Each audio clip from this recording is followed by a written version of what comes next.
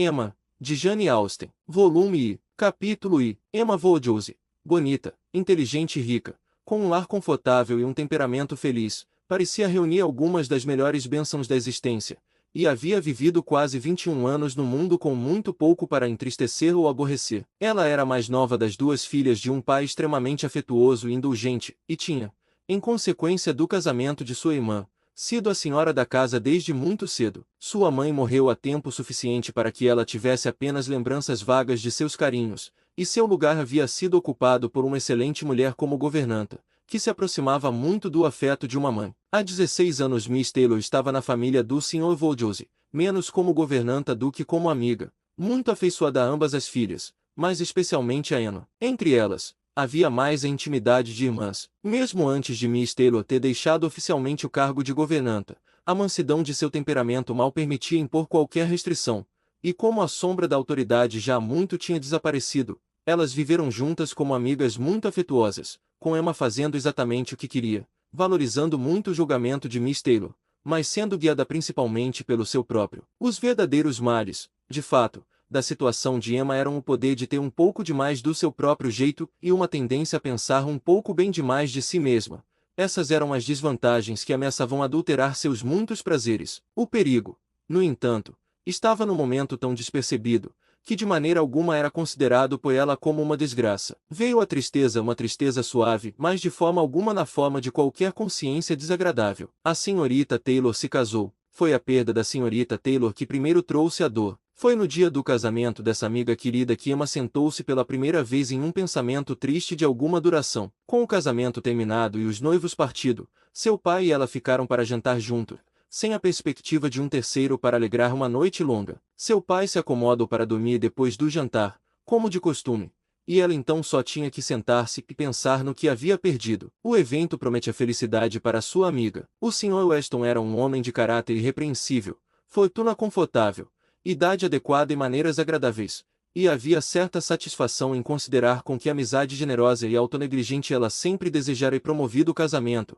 mas era um trabalho de manhã negra para ela. A falta da senhorita Taylor seria sentida a cada hora de cada dia. Ela recordava sua bondade passada, a bondade, o carinho de 16 anos, como ela ensinara e brincara com ela desde os 5 anos de idade, como dedicara todos os seus esforços para cativar e divertir sua saúde, e como cuidara dela durante as várias doenças da infância. Havia aqui uma grande dívida de gratidão, mas o intercâmbio dos últimos 7 anos, a igualdade de condições e a completa franqueza que logo se seguiu ao casamento de Isabela, quando ficaram a sós uma com a outra, ainda era uma lembrança mais querida e delicada. Ela havia sido uma amiga e companheira como poucas possuíam, inteligente, bem informada, útil, gentil, conhecedora de todos os caminhos da família, interessada em todos os seus assuntos, e particularmente interessada nela mesma, em todos os seus prazeres, em cada um de seus planos, alguém a quem podia revelar cada pensamento à medida que surgia, e que nutria por ela um afeto capaz de nunca reprovar. Como ela suportaria a mudança?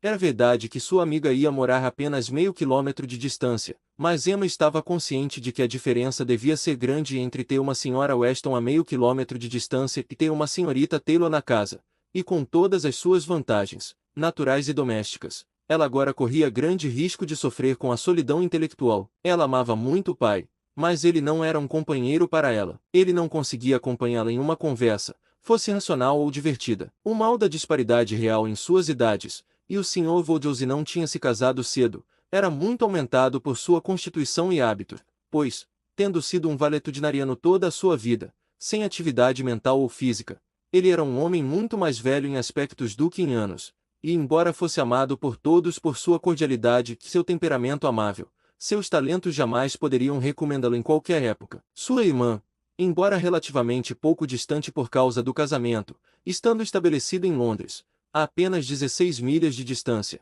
estava muito além de seu alcance diário, e muitas longas tardes de outubro e novembro deviam ser enfrentadas em Hatfield, antes que o Natal trouxesse a próxima visita de Isabela e seu marido, e seus pequenos filhos, para encher a casa e lhe proporcionar vivamente a agradável companhia. Igbury, a grande e populosa vila, quase uma cidade, a qual Hatfield, apesar de seu gramado, jardins e nome distinto, realmente pertencia, não oferecia para ela nenhum equivalente. Os Woodhouse tinham ali a primeira posição. Todos os respeitavam. Ela tinha muitos conhecidos no local, pois seu pai era universalmente cortês, mas nenhum deles poderia substituí-la de forma alguma, nem por meio-dia. Em relação à senhorita Taylor, foi uma mudança melancólica, e Emma não pôde deixar de suspirar por isso e desejar coisas impossíveis, até que seu pai acordasse, tornando necessário que ela fosse alegre. Os ânimos dele precisavam de apoio. Ele era um homem nervoso, facilmente abatido, afeito a todos com quem estava acostumado, e detestando separações, detestava qualquer tipo de mudança. O matrimônio, como origem da mudança, sempre foi desagradável, e ele ainda não estava de forma alguma reconciliado com o casamento de sua própria filha, nem conseguia falar dela sem compaixão, embora fosse totalmente um casamento de afeto, quando agora era obrigado a se separar também da senhorita Taylor, e devido aos seus hábitos de egoísmo suave, e de nunca conseguir imaginar que outras pessoas pudessem sentir diferente dele, estava muito inclinado a pensar que a senhorita Taylor tinha feito algo tão triste para si mesma quanto para eles, e teria sido muito mais feliz se tivesse passado todo o resto da sua vida em Hartfield. Emma sorria e conversava o mais alegremente que podia, para mantê-lo longe de tais pensamentos, mas quando o chá chegou, era impossível para ele não dizer exatamente o que havia dito no jantar. Coitada da senhorita Taylor, eu queria que ela estivesse aqui de novo. Que pena que o Sr. Weston tenha pensado nela. Não posso concordar com o senhor.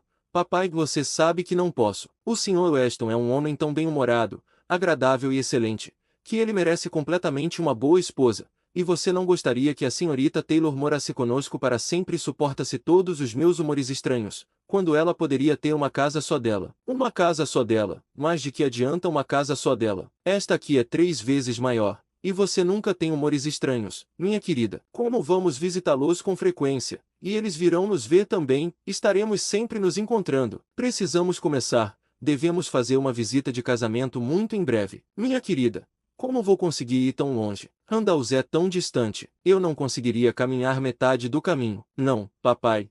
Ninguém pensou em você ir a pé. Precisamos ir na carruagem. Com certeza. A carruagem, mas o James não vai querer colocar os cavalos para percorrer uma distância tão curta. E onde os pobres cavalos vão ficar enquanto estamos fazendo nossa visita? Eles vão ser colocados no estábulo do Sr. Weston. Papai, você sabe que já acertamos tudo isso. Conversamos sobre tudo com o Sr. Weston ontem à noite. E quanto ao James, pode ter certeza de que ele sempre vai gostar de ir a Randalls, por causa de sua filha ser empregada doméstica lá. Só duvido se ele alguma vez nos levará a outro lugar. Isso foi obra sua. Papai, você conseguiu aquele bom emprego para Hannah. Ninguém pensou na Hannah até você mencioná-la. O James é tão grato a você. Estou muito feliz por ter pensado nela. Foi muita sorte, pois eu não gostaria que o pobre James se sentisse desprezado de maneira alguma. E tenho certeza de que ela será uma excelente empregada. É uma moça educada, de boas maneiras. Tenho uma ótima opinião dela. Sempre que a vejo, ela faz uma reverência e me pergunta como estou, de uma maneira muito agradável. E quando você a tem aqui para fazer trabalhos de tecido, percebo que ela sempre gira a chave da porta corretamente e nunca bate a porta. Tenho certeza de que será uma excelente empregada, e será um grande conforto para a pobre senhorita Taylor ter alguém por perto com quem ela está acostumada a ver. Sempre que James for visitar sua filha, você sabe, ela estará sabendo de nós. Ele poderá contar a ela como estamos todos. Emma não poupou esforços para manter esse fluxo mais feliz de ideias e esperava, com a ajuda do gamão, conseguir que seu pai passasse a noite razoavelmente bem, sem ser atacado por arrependimento, exceto os seus próprios. A mesa de gamão foi preparada, mas um visitante entrou imediatamente depois, tornando isso desnecessário. O Sr. Knightley, um homem sensato com cerca de 37 ou 38 anos, não era apenas um amigo muito antigo e íntimo da família, mas particularmente ligado a ela, como irmão mais velho do marido de Isabela. Ele morava a cerca de 1 milha de Gbury. Era um visitante frequente e sempre bem-vindo, e naquele momento mais bem-vindo do que de costume, por vir diretamente de seus parentes comuns em Londres. Tinha chegado a um jantar tardio, após alguns dias de ausência, e agora caminhava até Hartfield para dizer que todos estavam bem na Brunswick Square. Era uma circunstância feliz, que animou o Sr. Woodhouse por algum tempo. O Sr. Knightley tinha um jeito alegre, que sempre lhe fazia bem, e suas muitas perguntas sobre a coitada da Isabela e seus filhos foram respondidas de maneira muito satisfatória. Quando isso acabou, o Sr. Woodhouse observou com gratidão: é muito gentil da sua parte, Sr. Knightley, vir nos visitar a essa hora tardia. Receio que tenha tido uma caminhada horrível. De maneira alguma, senhor. É uma noite linda ao luar, e tão amena que devo me afastar do seu grande fogo. Mas você deve ter achado muito úmido e sujo. Espero que você não pegue um resfriado. Sujo, senhor. Olhe para os meus sapatos. Nenhuma mancha neles. Bem, isso é bastante surpreendente, pois tivemos muita chuva aqui. Choveu terrivelmente forte por meia hora enquanto estávamos no café da manhã. Eu queria que eles adiassem o casamento. Aliás, não lhe desejei felicidades. Estando bem ciente do tipo de alegria que vocês dois devem estar sentindo, não tive pressa em oferecer minhas congratulações, mas espero que tudo tenha corrido razoavelmente bem. Como todos se comportaram? Quem chorou mais? Ah, pobre senhorita Taylor. É uma situação triste. Pobre senhor e senhorita Vojose. Se me permite, mas eu não posso de maneira alguma dizer pobre senhorita Taylor. Tenho grande consideração por você e por Emma, mas quando se trata da questão de dependência ou independência, de qualquer forma, deve ser melhor ter apenas uma pessoa para agradar do que duas, especialmente quando uma dessas duas é uma criatura tão fantasiosa e problemática, disse Emma, brincando. Isso é o que você tem na cabeça. Eu sei, certamente diria se meu pai não estivesse por perto. Acredito que seja muito verdade, minha querida. De fato, disse o Sr. Vojose, suspirando. Receio que às vezes eu seja muito fantasioso e problemático. Meu querido papai, você não acha que eu poderia me referir a você, nem supor que o Sr. Knightley se referisse a você? Que ideia horrível! Oh, não! Eu quis dizer apenas a mim mesma. O Sr. Knightley adora encontrar defeitos em mim,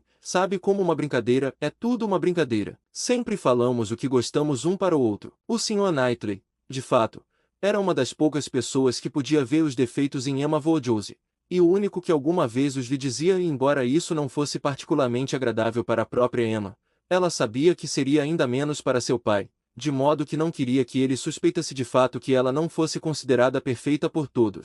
Emma sabe que eu nunca elogio por elogio, disse o Sr. Knightley, mas não quis insinuar nada a ninguém. A senhorita Taylor sempre teve duas pessoas para agradar, agora terá apenas uma. As chances são de que ela terá mais ganhos. Bem, disse Emma, querendo deixar passar, você quer ouvir sobre o casamento, e eu ficarei feliz em contar, pois todos nos comportamos de maneira encantadora. Todos foram pontuais, todos com sua melhor aparência, nenhuma lágrima, e dificilmente se via uma expressão triste. Oh não!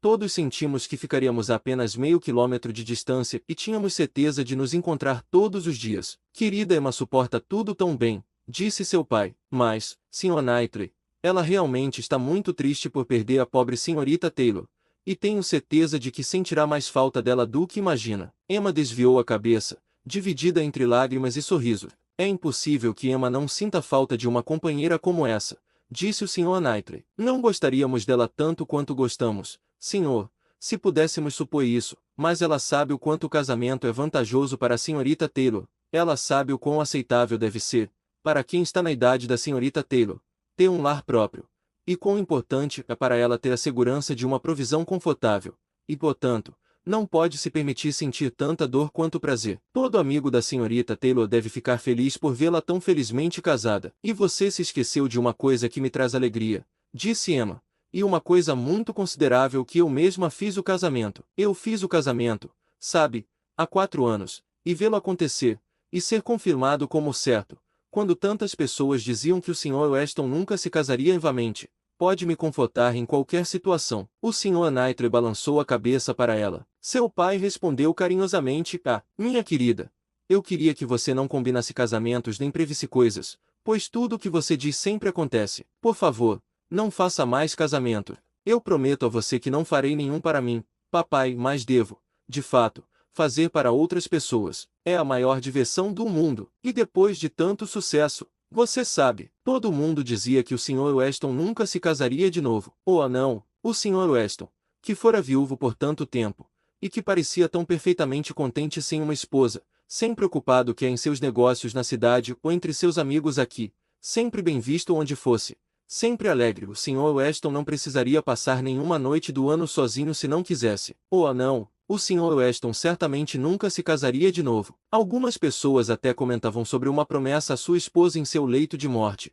e outras sobre o filho e o tio não permitindo que ele se casasse. Todo tipo de bobagem solene foi falada sobre o assunto, mas eu não acreditei em nada disso. Desde o dia há cerca de 4 anos, em que a senhorita Taylor e eu nos encontramos com ele na Broadway Lane, quando, porque começou a garoar, ele saiu correndo com tanta galanteria e nos emprestou 2 guarda-chuvas da fazenda do Sr. Mitchell.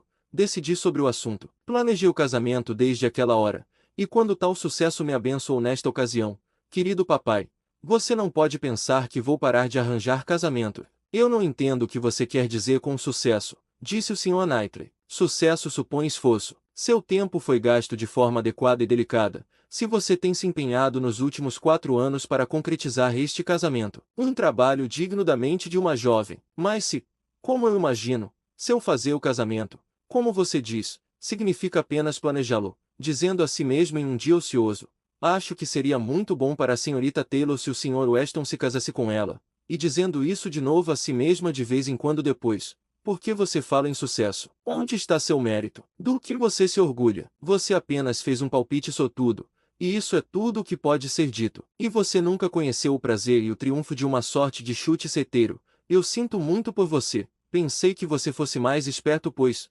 acredite, uma sorte de chute certeiro nunca é apenas sorte. Sempre há algum talento nisso. E quanto à minha pobre palavra sucesso, com a qual você discorda, não sei se sou totalmente desprovido de qualquer direito a ela. Você desenhou 2 lindos quadros, mas acho que pode haver um terceiro algo entre o não fazer nada e fazer tudo. Se eu não tivesse promovido as visitas do Sr. Weston aqui, e dado muitos pequenos incentivos, e resolvido muitas pequenas questões, talvez nada tivesse acontecido no final. Acho que você deve conhecer Hartfield o suficiente para compreender isso. Um homem direto e de coração aberto como Weston, e uma mulher racional e despretensiosa como a senhorita Taylor, podem ser deixados em segurança para cuidar de seus próprios assuntos. É mais provável que você tenha feito mal a si mesma do que bem a eles, interferindo. Emma nunca pensa em si mesma, se puder fazer o bem aos outros, retrucou o Sr. Vaudoise, entendendo apenas em parte. Mas, minha querida, por favor, não faça mais nenhum casamento, são coisas bobas e quebram gravemente o círculo da família. Só mais um, papai. Só para o Sr. Elton. Pobre Sr. Elton, você gosta do Sr. Elton. Papai, eu preciso arranjar uma esposa para ele. Não há ninguém em Dubury que o mereça, e ele está aqui há um ano inteiro. E arrumou sua casa de um jeito tão confortável, que seria uma vergonha deixá-lo solteiro por mais tempo, e eu pensei que quando ele uniu as mãos deles hoje, ele parecia tanto que gostaria de ter o mesmo tipo de cerimônia feita para ele. Eu penso muito bem do Sr. Elton. E esta é a única maneira que tenho de lhe fazer um favor. O Sr. Elton é um jovem muito bonito, sem dúvida, e um jovem muito bom, e tenho grande apreço por ele. Mas se você quer demonstrar alguma atenção a ele, minha querida, convide-o para jantar conosco algum dia. Isso será muito melhor. Tenho certeza de que o Sr. Knightley será tão amável a ponto de encontrá-lo. Com muito prazer, senhor. A qualquer momento, disse o Sr. Knightley, rindo, e concordo inteiramente com você, que será muito melhor. Convide-o para jantar, Emma, e sirva-lhe o melhor peixe e o melhor frango, mas deixe que escolha sua própria esposa. Pode ter certeza, um homem de 26 ou 27 anos sabe cuidar de si mesmo. Capítulo 2. O Sr. Weston era natural de Dubury, nascido de uma família respeitável, que, nas últimas 2 ou 3 gerações, vinha ascendendo à nobreza e à propriedade. Ele receberá uma boa educação, mas, ao herdar ainda jovem uma pequena independência financeira, tornou-se indisposto para qualquer das ocupações mais simples nas quais seus irmãos se envolviam, e satisfez uma mente ativa e alegre e um temperamento sociável ingressando na milícia de seu condado. Então informação. O capitão Weston era um favorito geral, e quando as oportunidades de sua vida militar o apresentaram à senhorita Churchill, de uma grande família de Yorkshire, e a senhorita Churchill se apaixonou por ele, ninguém se surpreendeu,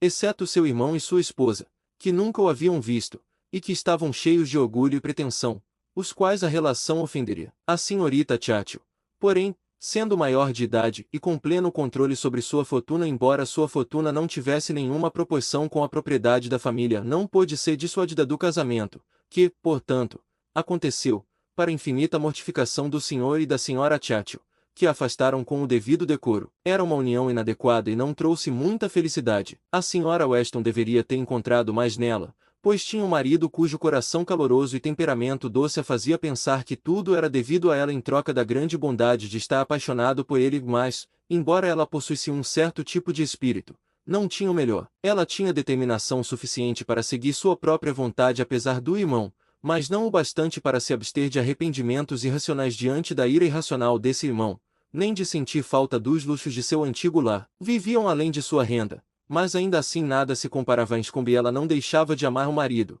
mas queria ao mesmo tempo ser a esposa do Capitão Weston e Miss Churchill de Enscombe. O Capitão Weston, que havia sido considerado, especialmente pelos Churchills, como fazendo um casamento incrível, mostrou ter saído muito pior do negócio, pois quando sua esposa morreu, após 3 anos de casamento, ele estava, na verdade, um homem um pouco mais pobre do que no início, e com uma criança para sustentar. No entanto, logo foi aliviado das despesas da criança. O menino, com o adicional apelo comovente de uma doença prolongada de sua mãe, tinha sido o meio de uma espécie de reconciliação, e o Sr. e a Sra. Churchill, não tendo filhos próprios, nem qualquer outra jovem criatura de semelhante parentesco para cuidar, ofereceram-se para assumir toda a responsabilidade pelo pequeno Frank logo após o falecimento dela. Alguns escrúpulos e certa relutância o viúvo pai poderia ter sentido, mas, como foram superados por outras considerações, a criança foi entregue aos cuidados e à riqueza dos Churchills, e ele só tinha seu próprio conforto para buscar e sua própria situação para melhorar como pudesse. Uma mudança completa de vida tornou-se desejável. Ele deixou a milícia e se dedicou ao comércio,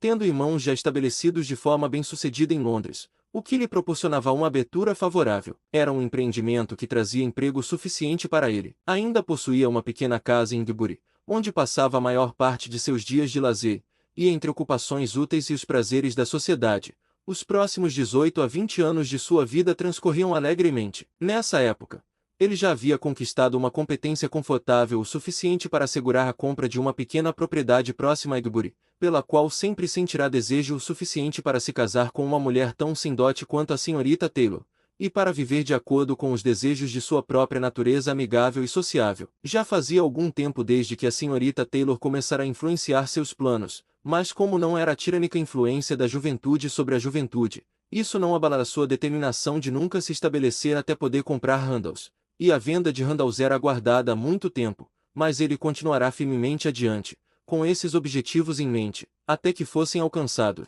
Ele fizera sua fortuna, comprará sua casa e obtivera sua esposa, e estava começando um novo período de existência, com toda a probabilidade de uma felicidade maior do que em qualquer período anterior. Ele nunca tinha sido um homem feliz, seu próprio temperamento protege-a disso, mesmo em seu primeiro casamento, mas o segundo deveria mostrar-lhe quão encantadora uma mulher bem sensata e verdadeiramente amável poderia ser, e deveria lhe dar a prova mais agradável de que é muito melhor escolher do que ser escolhido, de despertar gratidão do que senti-la. Ele só tinha a si mesmo para agradar na sua escolha, sua fortuna era dele próprio, pois quanto a Frank, era mais do que ter sido tacitamente criado como herdeiro de seu tio, tinha se tornado uma adoção tão declarada que ele passou a assumir o nome de Churchill ao atingir a maioridade. Portanto, era muito improvável que ele algum dia precisasse da ajuda de seu pai. Seu pai não tinha qualquer receio disso. A tia era uma mulher caprichosa e governava totalmente seu marido, mas não era da natureza do Sr. Weston imaginar que qualquer capricho pudesse ser forte o suficiente para afetar alguém tão querido e, como ele acreditava,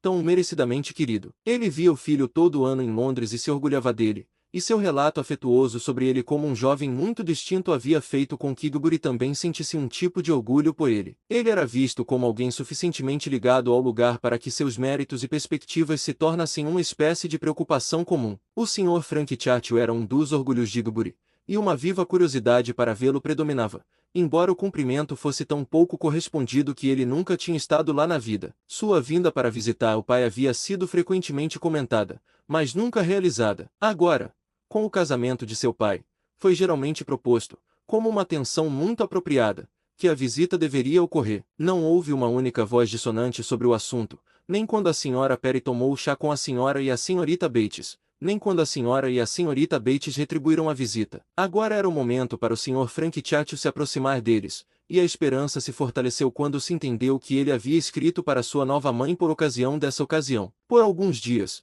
toda a visita matinal em Gilbury incluía alguma menção à elegante carta que a Sra. Weston havia recebido. Suponho que vocês já ouviram falar da elegante carta que o Sr. Frank Churchill escreveu para a Sra. Weston. Pelo que entendi, foi realmente uma carta muito elegante. O Sr. Voldelsey me contou sobre isso. O Sr. Voldelsey viu a carta, e disse que nunca tinha visto uma carta tão bonita em sua vida. De fato, era uma carta muito preciosa. A Sra. Weston havia, naturalmente, formado uma ideia muito favorável do jovem, e uma atenção tão agradável era uma prova irresistível de seu grande bom senso, além de um acréscimo muito bem-vindo a todas as fontes e todos os expressos de congratulação que seu casamento já havia garantido. Ela se sentia uma mulher muito afortunada, e tinha vivido o suficiente para saber o quanto poderia ser considerada sortuda, onde o único pesar era pela separação parcial de amigos cuja amizade por ela nunca esfriara e que dificilmente suportariam se separar dela. Ela sabia que, às vezes, precisava ser sentida a falta,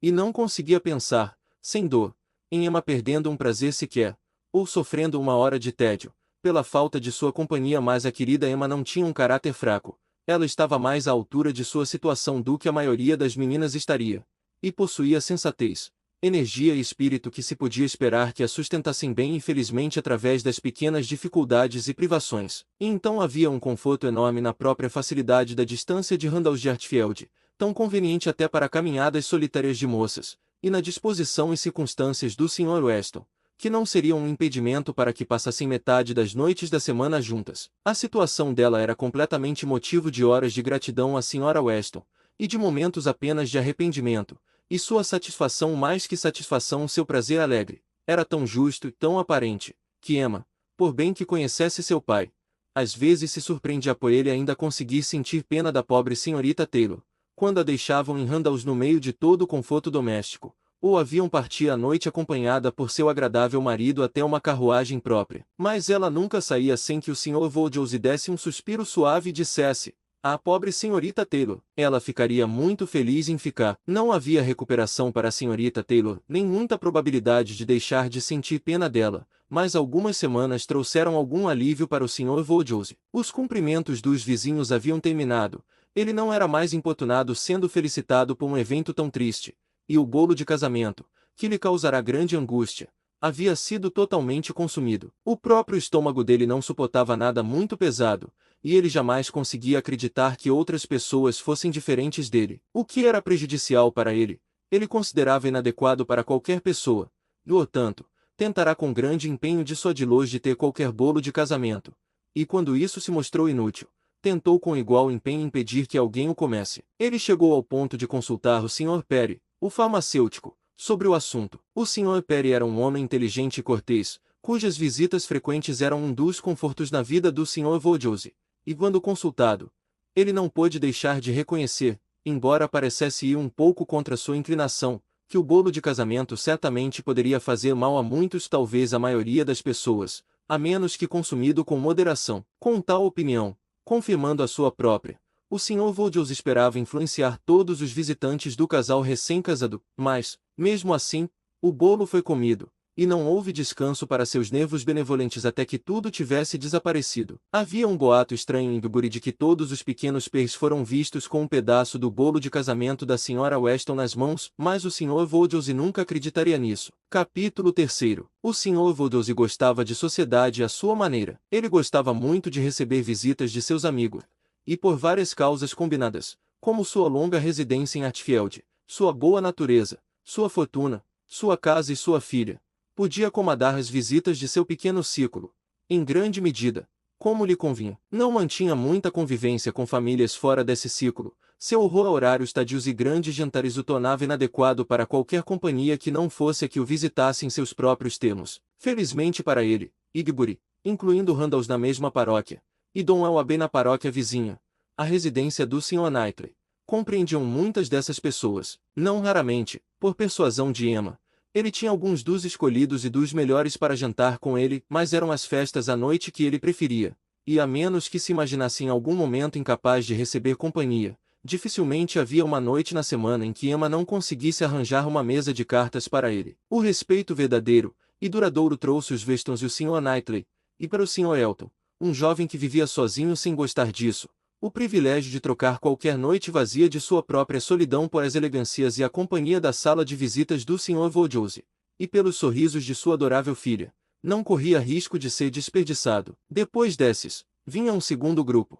Entre os mais acessíveis estavam a senhora e a senhorita Bates, e a senhora Goddard, três senhoras quase sempre à disposição de um convite de Hartfield, e que eram buscadas e levadas para casa com tanta frequência que o Sr. Vaudouse não considerava essa tarefa um trabalho árduo nem para James nem para os cavalos. Se acontecesse apenas uma vez por ano, seria um aborrecimento. Senhora Bates, viúva de um ex-vigário de Dubury, era uma senhora muito idosa, quase incapaz de tudo, exceto de tomar chá e jogar quadri. Ela vivia de forma muito simples com sua filha solteira, e era tratada com toda a consideração e respeito que uma velhinha inofensiva, em tais circunstâncias adversas, pode inspirar. Sua filha gozava de um grau de popularidade muito incomum para uma mulher que não era jovem, bonita, rica ou casada. Miss Bates encontrava-se na pior situação possível para conquistar o favor público, e não possuía superioridade intelectual alguma que pudesse compensar isso para si mesma, ou amedrontar aqueles que pudessem odiá-la a ponto de lhes despertar respeito externo. Ela nunca orgulhou-se nem de sua beleza nem de sua inteligência. Sua juventude passou sem distinção,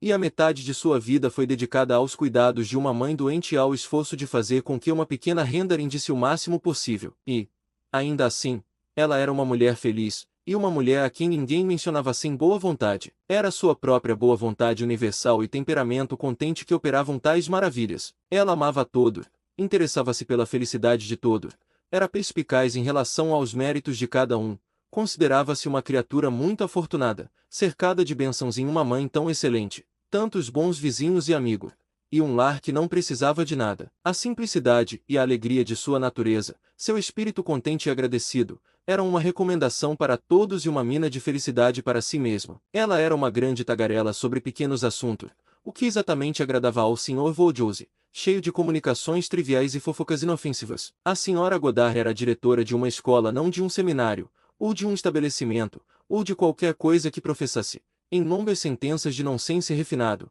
combinar aprendizados liberais com moral elegante, baseado em princípios e sistemas novos e onde jovens, por um pagamento exorbitante, poderiam ser desgastadas de saúde e moldadas à vaidade, mais uma verdadeira, honesta e tradicional escola interna, onde uma quantidade razoável de aprendizados era oferecida a um preço justo, e onde meninas poderiam ser enviadas para ficarem fora do caminho, e se esforçarem para adquirir um pouco de educação, sem qualquer risco de voltarem como prodígios. A escola da Sra. Goddard era muito bem conceituada e com toda a razão, pois Igbury era considerada um lugar particularmente saudável. Ela tinha uma casa e um jardim amplo, oferecia às crianças bastante comida saudável, deixava-as correr muito durante o verão. No inverno, tratava de seus resfriados com as próprias mãos. Não era de se admirar que um grupo de 20 jovens casais agora seguisse até a igreja. Ela era uma mulher simples, maternal, que havia trabalhado muito na juventude e agora se considerava com direito a alguns dias de descanso com uma visita para o chá, e tendo outrora recebido muita gentileza do Sr. Woodhouse, sentia-se particularmente obrigada a deixar seu salão arrumado, decorado com trabalhos manuais, sempre que pudesse, e ganhar ou perder alguns trocados junto à lareira dele. Estas eram as senhoras que Emma se via muito frequentemente capaz de reunir, e feliz ela estava, pelo bem de seu pai, com esse poder, embora, no que ela própria dizia a respeito, não fosse remédio algum para a ausência da Sra. Weston. Ela estava encantada em ver seu pai parecer confortável e muito satisfeita consigo mesma por ter conseguido organizar tudo tão bem, mas a conversa tranquila e prolixa de três mulheres assim fazia-a sentir que cada noite passada dessa maneira era, de fato, uma daquelas longas noites que ela temera. Enquanto ela se sentava numa manhã, ansiosa por exatamente esse fechamento do dia presente, chegou um bilhete da Sra. Goddard, solicitando, em termos muito respeitosos, ser permitido trazer a Srta. Smith consigo. Um pedido muito bem-vindo, pois a Srta. Smith era uma jovem de 17 anos, quem Emma conhecia muito bem de vista, e por quem há muito sentia interesse, por causa de sua beleza. Um convite muito gracioso foi devolvido, e a noite deixou de ser temida pela bela dona da mansão. Harriet Smith era filha natural de alguém. Alguém a havia colocado, alguns anos atrás, na escola da Sra. Goddard, e alguém recentemente a havia elevado da condição de aluna para a de pensionista de salão. Isso era tudo o que se sabia, em geral, sobre sua história. Ela não tinha amigos visíveis além daqueles que havia feito em Igbury, e agora acabava de voltar de uma longa visita ao campo a algumas jovens que haviam estudado com ela lá. Ela era uma menina muito bonita, e sua beleza era do tipo que Emma particularmente admirava. Ela era baixa, rechonchuda e clara, com uma ótima coloração, olhos azuis, cabelos claros, traços harmoniosos e um olhar de grande doçura. E antes do fim da noite, Emma estava tão encantada com seus modos quanto com sua aparência, e completamente decidida a continuar a amizade. Ela não foi impressionada por nada especialmente inteligente na conversa da Srta. Smith, mas a achou completamente encantadora, não excessivamente tímida, nem relutante em falar, e, ainda assim, tão pouco insistente, mostrando uma deferência tão adequada e apropriada, parecendo tão agradavelmente grata por ser admitida em Hartfield, e tão naturalmente impressionada com a aparência de tudo em um estilo tão superior ao que estava acostumada, que devia ter bom senso e merecer incentivo. Incentivo deveria ser dado. Esses suaves olhos azuis, e todas aquelas graças naturais, não deveriam ser desperdiçados na sociedade inferior de Guguri e suas conexões. As pessoas com quem já havia se relacionado eram indignas dela. Os amigos de quem ela acabará de se despedir, embora muito boa gente, certamente lhe estavam fazendo mal. Eram uma família de nome Martin, que Emma conhecia bem pelo caráter, pois alugavam uma grande fazenda do Sr. Knightley e residiam na paróquia de Donwell muito respeitavelmente. Acreditava ela sabia que o Sr. Knightley os estimava muito, mas deviam ser grosseiros e pouco refinados, e muito inadequados para serem confidentes de uma jovem que só precisava de um pouco mais de conhecimento e elegância para ser completamente perfeita. Ela notaria a jovem, a aperfeiçoaria, a afastaria de más companhias e a introduziria na boa sociedade, formaria suas opiniões e seus modos. Seria um empreendimento interessante e certamente muito gentil, altamente adequado à sua própria situação na vida, seu tempo livre e suas capacidades. Ela estava tão ocupada admirando aqueles olhos azuis suaves, conversando e ouvindo, e formando todos esses planos nos intervalos, que a noite passou a uma velocidade muito incomum, e a mesa de jantar, que sempre encerrava tais encontros, e para a qual ela estava acostumada a sentar e observar a hora certa, estava toda posta e pronta, e foi levada para junto da lareira, antes que ela se desse conta, com uma vivacidade além do impulso comum de um espírito que, contudo, nunca fora indiferente ao mérito de fazer tudo bem e com atenção, com a genuína boa vontade de uma mente encantada com suas próprias ideias. Ela então prestou todos os ritos de cortesia durante a refeição, ajudou e recomendou o frango picado e as ostras gratinadas, com uma urgência que sabia ser agradável às primeiras horas e aos escrúpulos de cortesia de seus convidados. Em tais ocasiões, os sentimentos do pobre Sr. Voldels estavam em dolorosa guerra. Ele adorava ver a mesa posta, porque fora o costume em sua juventude, mas sua convicção de que os jantares eram muito pouco saudáveis o deixava um tanto triste ao ver qualquer coisa colocada nela.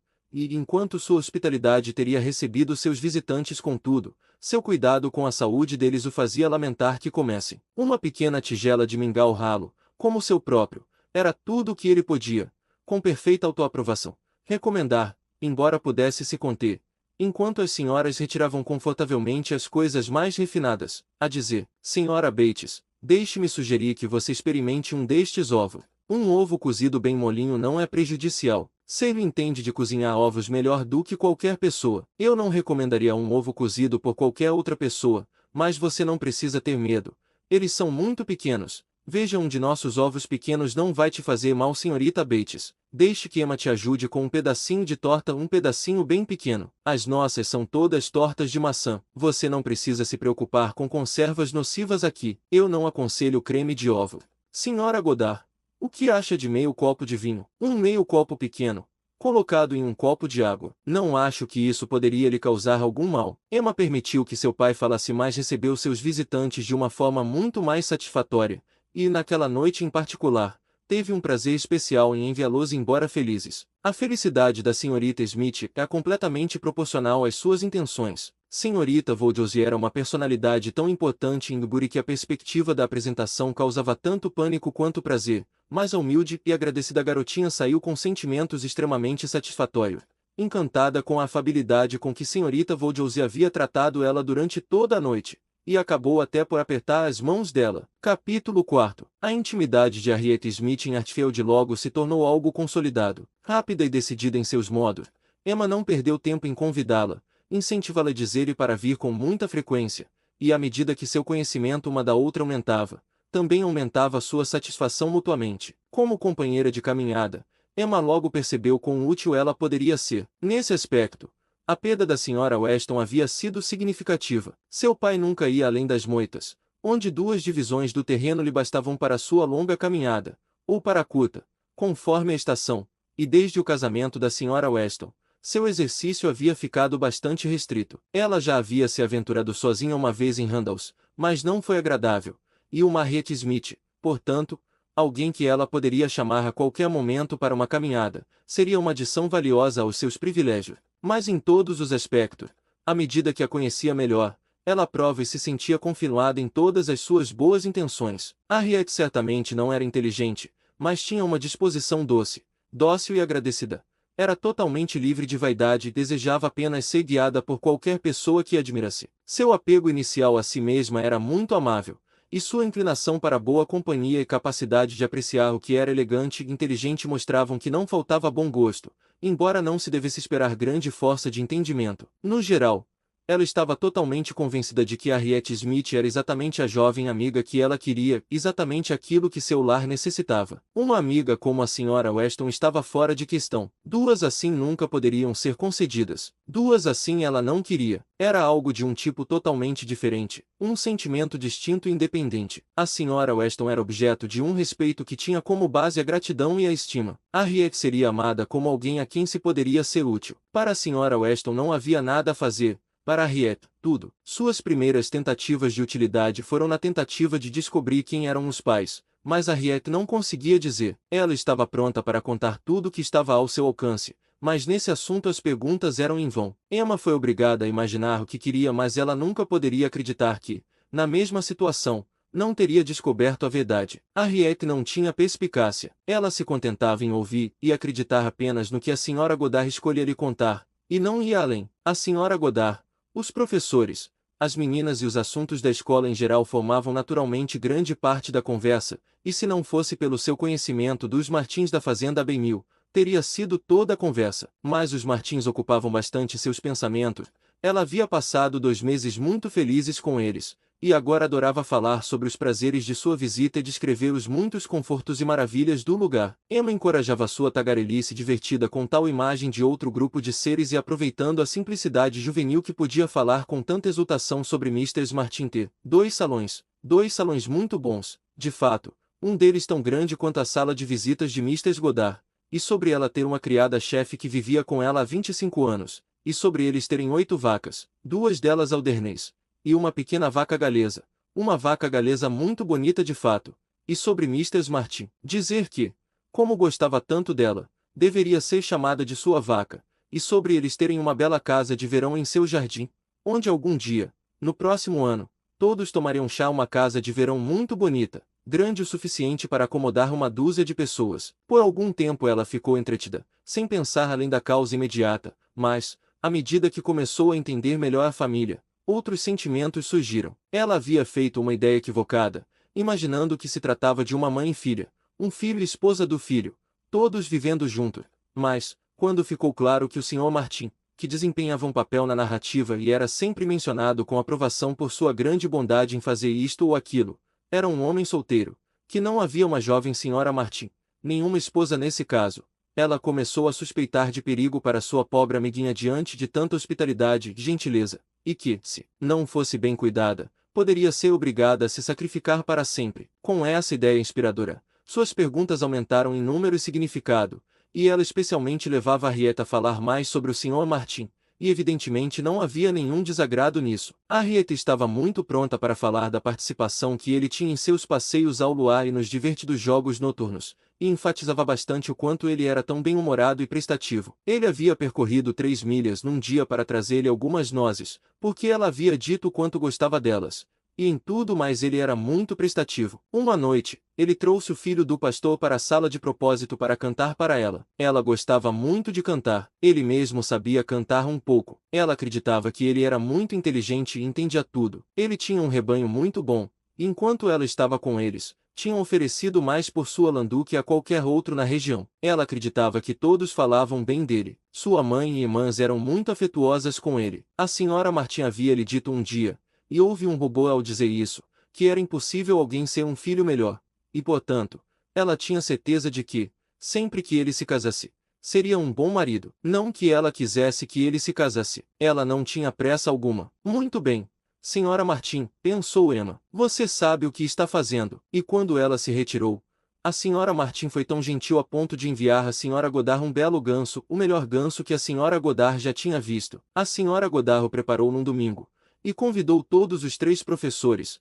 a Srta. Nash, a Srta. Prince e a Srta. Richardson, para jantar com ela. Suponho que o Sr. Martin não seja um homem informado além do que diz respeito aos seus negócios. Ele não lê. Oh, sim, quer dizer, Não sei, mas acredito que ele tenha lido bastante, mas não aquilo que você consideraria importante. Ele lê os relatórios agrícolas e alguns outros livros que ficam em um dos assentos da janela, mas ele lê tudo para si mesmo. Mas, às vezes, à noite, antes de irmos jogar cartas, ele lia algo em voz alta dos Elegantes Tracts. Muito divertido. E sei que ele leu O Vigário de Wakefield. Ele nunca leu Romance da Floresta, nem As Crianças da Abadia. Ele nunca tinha ouvido falar desses livros antes de eu mencioná-los, mas agora está determinado a consegui-los assim que puder. A próxima pergunta foi: como é a aparência do Sr. Martin? Oh, nada bonito, de jeito nenhum bonito. Achei-o muito simples a princípio, mas agora não acho mais tão simples. Sabe como é?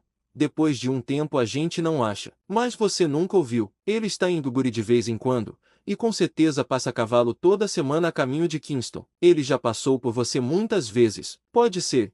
E eu posso tê-lo visto 50 vezes, mas sem ter a menor ideia de seu nome. Um jovem fazendeiro, seja a cavalo ou a pé, é o tipo de pessoa que menos desperta minha curiosidade. A Yeomanry é precisamente a ordem de pessoas com quem sinto que não posso ter nada a ver. Um grau ou dois abaixo, e uma aparência decente poderia me interessar. Eu poderia esperar ser útil às suas famílias de alguma forma, mas um fazendeiro não precisa de nenhuma da minha ajuda e, portanto, em certo sentido, está tão acima da minha atenção quanto em todos os outros aspectos está abaixo dela. Com certeza. Oh, sim, não é provável que você alguma vez o tenha observado, mas ele o conhece muito bem, quero dizer, de vista. Não tenho dúvidas de que ele é um jovem muito respeitável. Eu sei, de fato, que ele é, e como tal, desejo-lhe o melhor. Você imagina qual é a idade dele? Ele completou 24 anos no dia 8 de junho passado, e meu aniversário é no dia 23. Apenas 14 dias e um dia de diferença, o que é muito estranho. Apenas 24 anos. Isso é muito jovem para se estabelecer. A mãe dele está perfeitamente certa em não ter pressa. Eles parecem muito confortáveis como estão,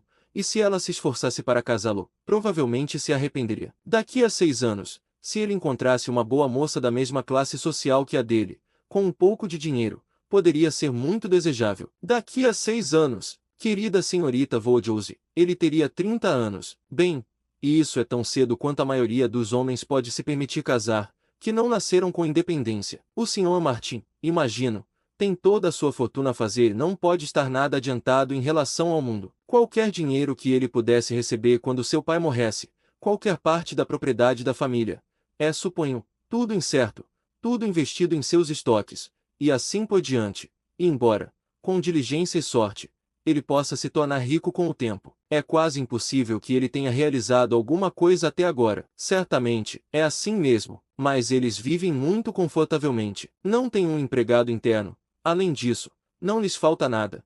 E a senhora Martin fala em contratar outro rapaz no próximo ano. Espero que você não se meta em apuros, Harriet.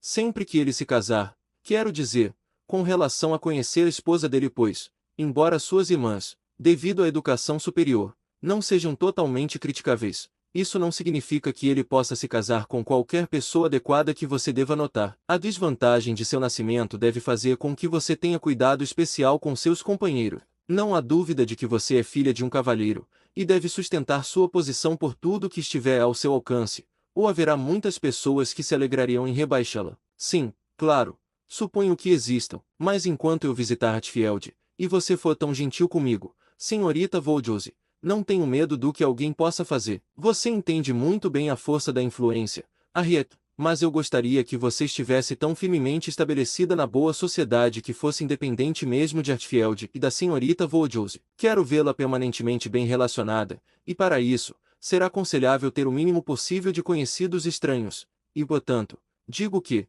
se você ainda estiver neste país quando o Sr. Martin se casar, desejo que você não seja envolvida pela intimidade com as irmãs a ponto de conhecer a esposa, que provavelmente será apenas filha de algum fazendeiro, sem educação. Com certeza, sim, não que eu ache que o Sr. Martin algum dia se casaria com alguém que não tivesse alguma educação, e sido muito bem criada. No entanto, não quero colocar minha opinião contra a sua, e tenho certeza de que não desejarei a amizade de sua esposa. Sempre terei grande consideração pelas senhoritas Martins, especialmente Elizabeth, e ficaria muito triste em deixá-las, pois são tão bem educadas quanto eu. Mas se ele se casar com uma mulher muito ignorante e vulgar, certamente é melhor eu não visitá-la, se puder evitar. Emma observou através das oscilações desse discurso, e não viu sintomas alarmantes de amor. O jovem tinha sido o primeiro admirador, mas ela confiava que não havia outro apego, e que não haveria dificuldade séria, por parte de Harriet, em se opor a qualquer arranjo amigável por ela própria. Eles encontraram o Sr. Martin no dia seguinte, enquanto caminhavam pela estrada de Donwell. Ele estava a pé e, depois de olhar para ela com muito respeito, olhou com a mais sincera satisfação para seu acompanhante. Emma não se importou de ter tal oportunidade de observação, e caminhando alguns metros à frente, enquanto conversavam, logo fez com que seu olhar atento se familiarizasse suficientemente com o Sr. Robert Martin. Sua aparência era muito arrumada, e ele parecia um jovem sensato, mas sua pessoa não tinha outra vantagem, e quando era comparado com o cavalheiro, ela pensava que ele deveria perder todo o terreno que havia conquistado na inclinação de Harriet. Harriet não era insensível à maneira de agir, ela havia notado voluntariamente a gentileza do pai, tanto com admiração quanto com surpresa. O Sr. Martin parecia não saber o que era educação. Eles permaneceram juntos apenas alguns minutos, pois a senhorita Voldose não podia ser mantida esperando, e então Harriet veio correndo para ela com um rosto sorridente, e em um estado de excitação, que a senhorita Voldose esperava acalmar muito em breve. Só pense em termos nos encontrado com ele, que coincidência tão estranha. Foi pura sorte, ele disse, que não tivesse passado pela Randalls. Ele não achava que nós jamais caminhássemos por este caminho. Ele pensava que caminhávamos em direção a Randalls na maioria dos dias. Ele ainda não conseguiu pegar The Romance of the Forest. Ele estava tão ocupado na última vez que esteve em Kingston que acabou esquecendo, mas ele vai invamente amanhã. Que coincidência tão estranha nos encontrarmos. Bem, senhorita Voldose, ele é como você esperava. O que você acha dele? Você o acha tão comum assim? Ele é muito simples. Sem dúvida extremamente simples, mas isso não é nada comparado com a sua completa falta de refinamento. Eu não tinha o direito de esperar muito, e não esperava, mas não fazia ideia de que ele pudesse ser tão rude, tão totalmente sem classe. Eu o tinha imaginado, confesso, um pouco mais refinado. De fato, disse Harriet, com uma voz constrangida, ele não é tão cortês quanto os verdadeiros cavalheiros. Acho, Harriet, que desde que você passou a nos conhecer, você esteve repetidamente na companhia de alguns desses senhores muito distintos, de modo que você mesma deve ter percebido a diferença em relação ao Sr. Martin. Em Hartfield, você teve ótimos exemplos de homens bem educados e de boa criação. Eu ficaria surpresa se, depois de vê-lo, você pudesse estar vivamente na companhia do Sr. Martin sem percebê-lo como uma criatura muito inferior, e até se perguntando com você mesma como pôde achá-lo sequer agradável antes. Você não começa a sentir isso agora. Não foi isso que lhe chamou a atenção. Tenho certeza de que você deve ter sido impressionada pelo seu olhar atrapalhado e sua maneira brusca, e pela rudeza de uma voz que ouvi ser totalmente sem modulação enquanto eu estava aqui. Certamente, ele não é como o Sr. Knightley. Ele não tem aquele afino nem o jeito de andar do Sr. Knightley. Vejo bem a diferença, mas o Sr. Knightley é um homem tão extraordinário. O ar do Sr. Knightley é tão excepcionalmente bom que não é justo comparar o Sr. Martin com ele. Você talvez não veja um em 100 com a elegância tão evidente quanto no Sr. Knightley, mas ele não é o único cavalheiro a quem você tem se acostumado recentemente. O que você acha do Sr. Weston e do Sr. Elton? Compare o Sr. Martin com qualquer um deles. Compare a maneira como se comportam, como andam, como falam, como permanecem em silêncio. Você deve ver a diferença. Ah, sim, há uma grande diferença. Mas o Sr. Weston já é quase um homem velho. O Sr. Weston deve ter entre 40 e 50 anos, o que torna seus bons modos ainda mais valiosos. Quanto mais uma pessoa envelhece, Harriet, mais importante é que seus modos não sejam ruins. Mais chocante e repugnante qualquer grosseria, vulgaridade ou desajeitamento se torna. O que é aceitável na juventude, é detestável em idade avançada. O Sr. Martin agora é desajeitado e abrupto. O que ele será na idade do Sr. Weston? Não há como saber, de fato, respondeu Harriet, um tanto solenemente. Mas pode-se fazer um bom palpite. Ele será um fazendeiro completamente grosseiro e vulgar, totalmente descuidado com as aparências e pensando somente em lucro e prejuízo. Será mesmo? Isso será muito ruim. É muito evidente o quanto os negócios dele já o absorvem, pelo fato de ter esquecido de perguntar pelo livro que você recomendou. Ele estava tão cheio com o mercado que não pensou em mais nada, o que é exatamente como deve ser para um homem próspero. Que ele tem a ver com livros? E não tenho dúvida de que ele prosperará e se tornará um homem muito rico com o tempo, e o fato de ser letrado e grosseiro não precisa nos preocupar. Eu me pergunto como ele não lembrou do livro.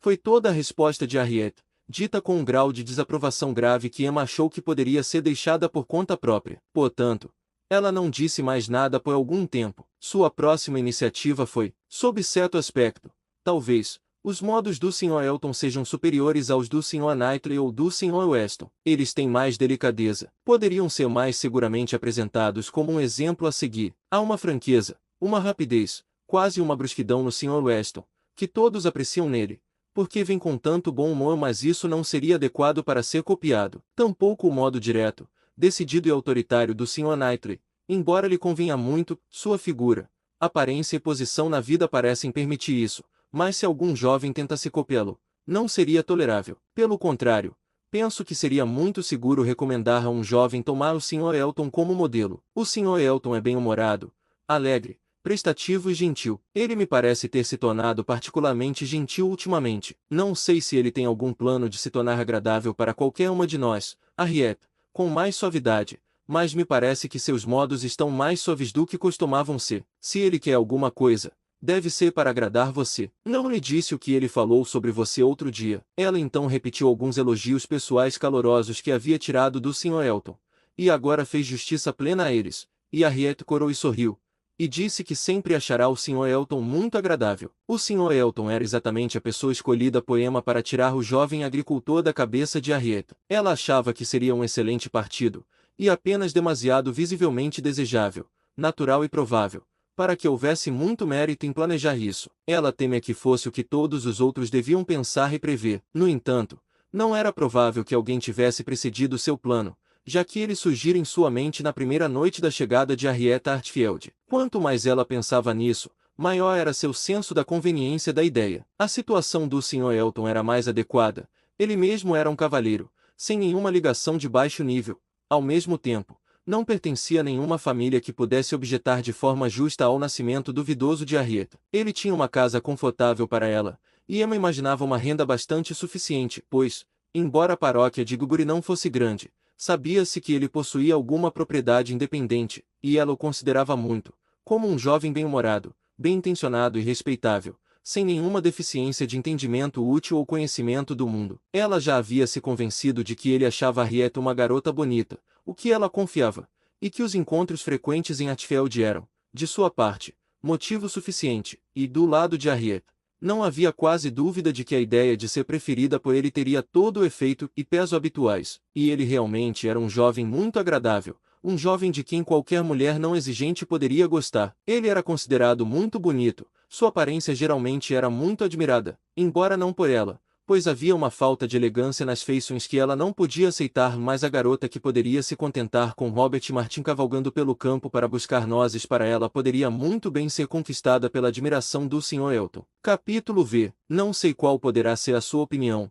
Sra. Weston, disse o Sr. Knightley, sobre essa grande intimidade entre Emma e Harriet Smith, mas penso que é algo ruim. Algo ruim? Você realmente acha que é algo ruim? Porque penso que nenhuma delas fará bem à outra. Você me surpreende. Emma deve fazer bem a Harriet, ao lhe proporcionar um novo objeto de interesse.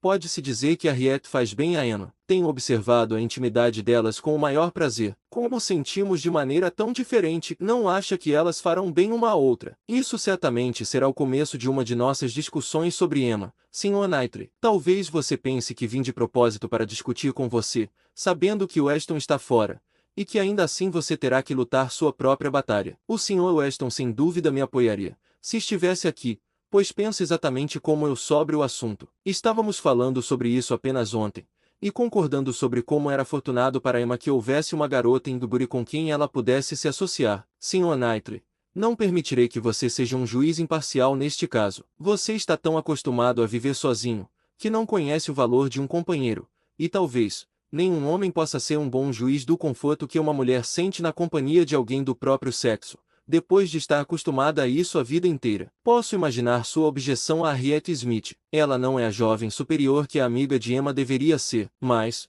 por outro lado, como Emma quer vê-la mais instruída, isso será um incentivo para que ela leia mais também. Eles vão ler juntos. Ela fala a sério.